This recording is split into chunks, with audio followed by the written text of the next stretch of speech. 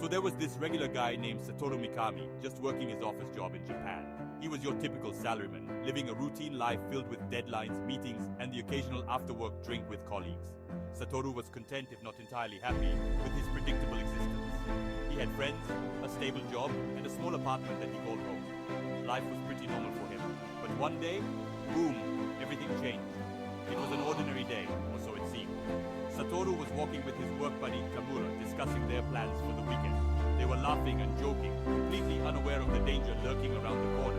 Suddenly, out of nowhere, a masked robber jumped out with a knife. The air was filled with tension, and time seemed to slow down. Satoru and Tamura froze in their tracks, their hearts pounding in their chests. The robber demanded their wallets, his voice shaking with desperation. Satoru, being the brave dude he was, jumped in front of his friend to protect him. He didn't think twice. His instinct was to shield Tamura from harm. Satoru's mind raced as he stood between the robber and his friend. He knew the risks, but he couldn't let Tamura get hurt. The robber, startled by Satoru's sudden movement, lashed out with the knife. And guess what? The robber stabbed him. The pain was immediate and intense, but Satoru didn't regret his decision. He had protected his friend, and that was all that mattered. As Satoru fell to the ground, his vision blurred, and he felt his life slipping away. He could hear Tamura's panicked voice calling for help, but it seemed distant, like a fading echo. Sadly, this act of bravery ended Satoru's life. But hold on, it was also a new beginning.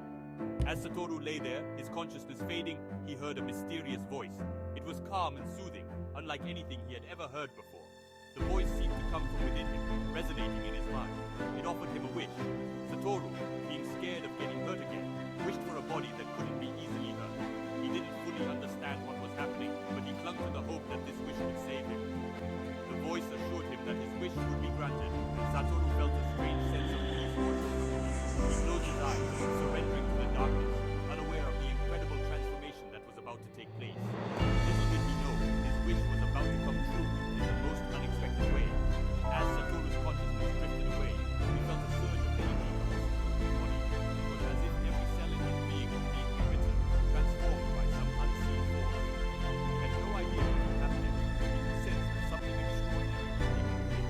Satoru then blacked out, having no idea about the crazy event that was waiting for him. When Satoru finally regained consciousness, he found himself in a familiar sights and sounds faced by a fantastical landscape filled with strange creatures and magical phenomena. His world was about to be flipped upside down. Satoru had no idea how he had ended up in this place, but he knew one thing for sure. His life would never be the same again. As he took in his new surroundings, Satoru realized that his wish had indeed been granted. He felt different, stronger, and more resilient than ever before. The pain from the stabbing was gone, replaced by a newfound sense of invincibility. He had been given a second chance at life, and he was determined to make the most of it. Little did he know, this was just the beginning of an epic journey that would test his courage, strength, and resolve in ways he could never imagine.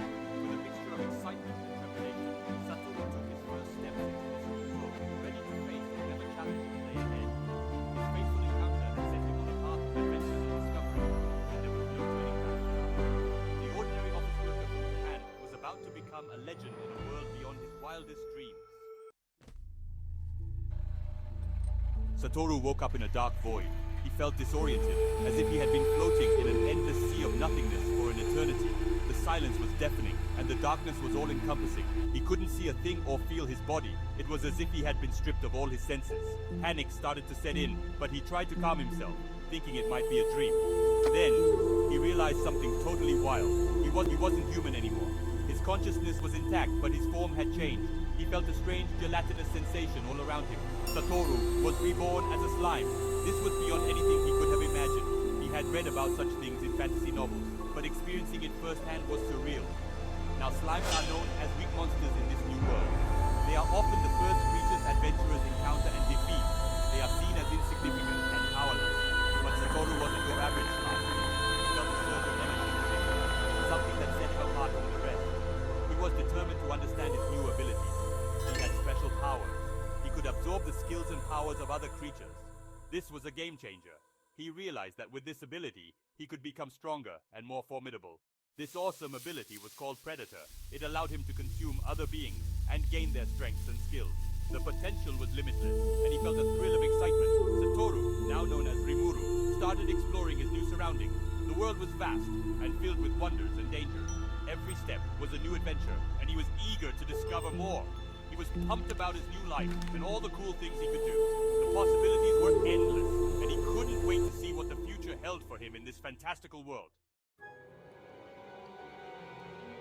Deep inside a cave, Rimuru met a super powerful creature. The cave was filled with an eerie glow from the crystals embedded in the walls, casting a mystical light that danced around the cavern. Rimuru, a blue slime with a curious nature, ventured deeper into the cave, drawn by a powerful presence. It was Veldora, the storm dragon. Veldora had been trapped by a hero a long time ago. The dragon's massive form was bound by magical chains, his eyes glowing with a mixture of anger and sadness. The hero's seal was strong, and Veldora had been imprisoned for centuries, unable to break free. But Rimuru, with his special ability called Great Sage, could talk to Veldora. They talked for days, sharing stories and knowledge. Rimuru learned about Veldora's past, his battles, and the hero who had sealed him away. Veldora, in turn, was fascinated by Rimuru's adventures and the unique abilities he possessed. Rimuru learned about the magic and dangers of this world. He also learned that Veldora was lonely, bored, and trapped. The dragon's isolation left him yearning for companionship. His heart went out to Veldora. The pain of being alone, Rimuru felt bad for Veldora and decided to help him. He used his predator power to check out the seal and promised Veldora that he would break it one day. Rimuru's determination to free Veldora grew stronger with each passing day, and he vowed to find a way to release the dragon from his prison. The bond between Rimuru and Veldora deepened, and they became true companions, united by their shared goal of breaking the seal and exploring the world together. After leaving Veldora's cave, Rimuru came across a village full of goblins.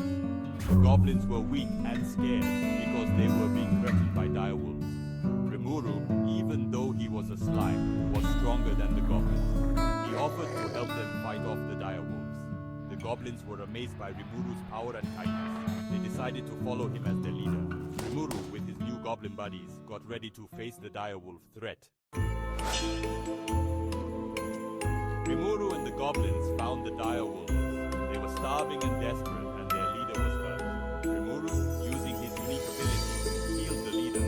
He also used his knowledge to find a new food source for the pack. The direwolves were amazed by Rimuru's compassion. They too swore their loyalty to him. Rimuru, now the leader of both goblins and direwolves, started to build a new community. His dream was to create a place where all monsters could live together in peace. Word got out about Rimuru's growing village, and a group of adventurers came to check it out. They saw all these monsters living together peacefully, got suspicious. The adventurers, blinded by fear and prejudice, attacked Rimuru and his friends. Rimuru didn't want to fight. He tried to talk to the adventurers and explain his vision of peace and everyone getting along, but the adventurers wouldn't listen. Rimuru had no choice but to defend himself and his friends. As Rimuru's village grew stronger, it faced a new problem. A bunch of ogres showed up, demanding food and shelter. These ogres were strong and mean, and they thought they were better than all the other monsters. Rimuru tried to make a deal with them, but the ogres refused to listen. They attacked the village, hurting many of Rimuru's friends. Rimuru was furious. He unleashed his full power and beat the ogres. He showed them that even a slime could be a powerful force. After the battle, Rimuru made a big decision. He would create a nation just for monsters, a place where they would be safe and respected. He called this nation Tempest. Rimuru used his wisdom and power to lead Tempest. He made laws, built homes, and created a thriving economy. He welcomed all monsters, no matter how strong or different they looked. Tempest became a beacon of hope for monsters all over the land. Rimuru's journey from an ordinary guy to a slime leader is nothing short of incredible. He faced tons of challenges and made many friends along the way. Through his actions, Rimuru showed that even the smallest creature can make a huge difference. He proved that monsters and humans can actually get along. His story is all about the power of compassion, understanding, and being brave enough to be different. Rimuru's adventures are far from over, with even more exciting and heartwarming moments to come.